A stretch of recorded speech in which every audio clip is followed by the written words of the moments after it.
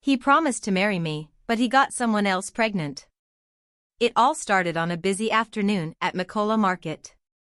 Salima had gone to buy sandals when she saw Kofi. He was selling shoes at a stall nearby, talking to a customer with so much energy and charm that she couldn't help but notice him. Kofi wasn't rich. His stall was small, and his setup was simple.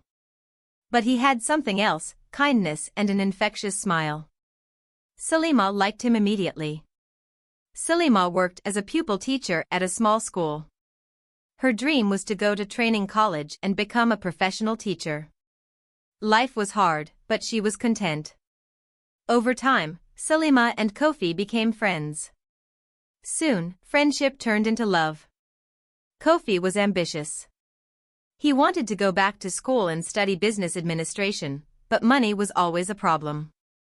One evening, as they sat together after the market had closed, he told Salima about his struggles. "I want to go to school," he said, "but saving money is so hard. The shop barely covers my rent and basic needs." Salima listened quietly. She had been saving up for her own school fees, but she wanted to help Kofi.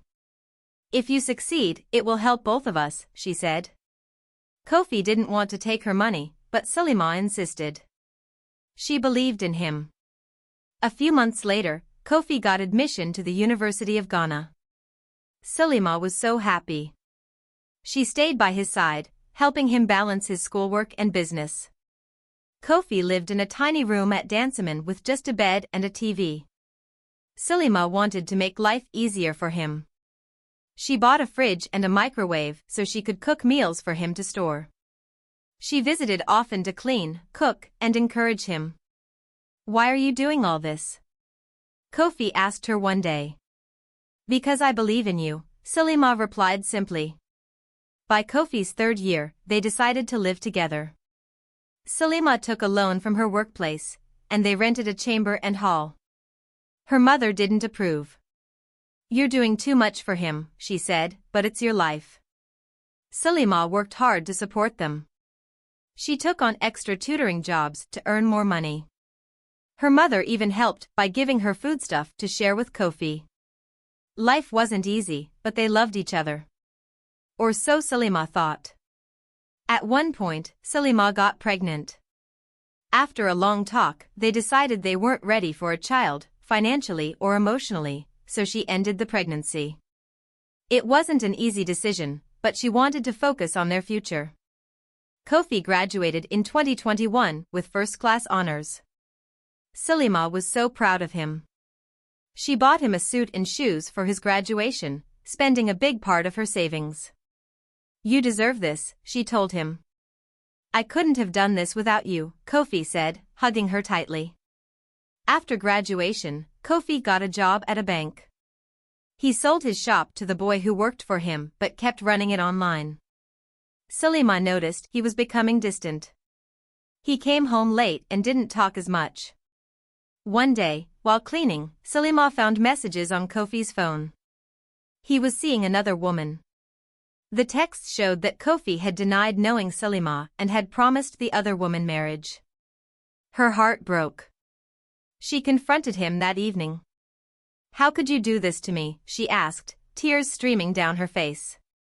Kofi couldn't look at her. "I'm sorry," he said. "It wasn't supposed to happen. But I still want to marry you." Salima stared at him in disbelief.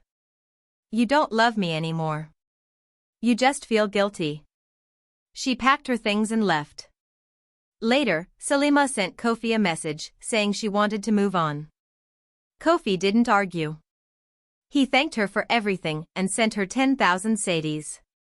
Salima returned the money. She couldn't keep it. Kofi moved out of their shared apartment but paid 3 years' rent for her.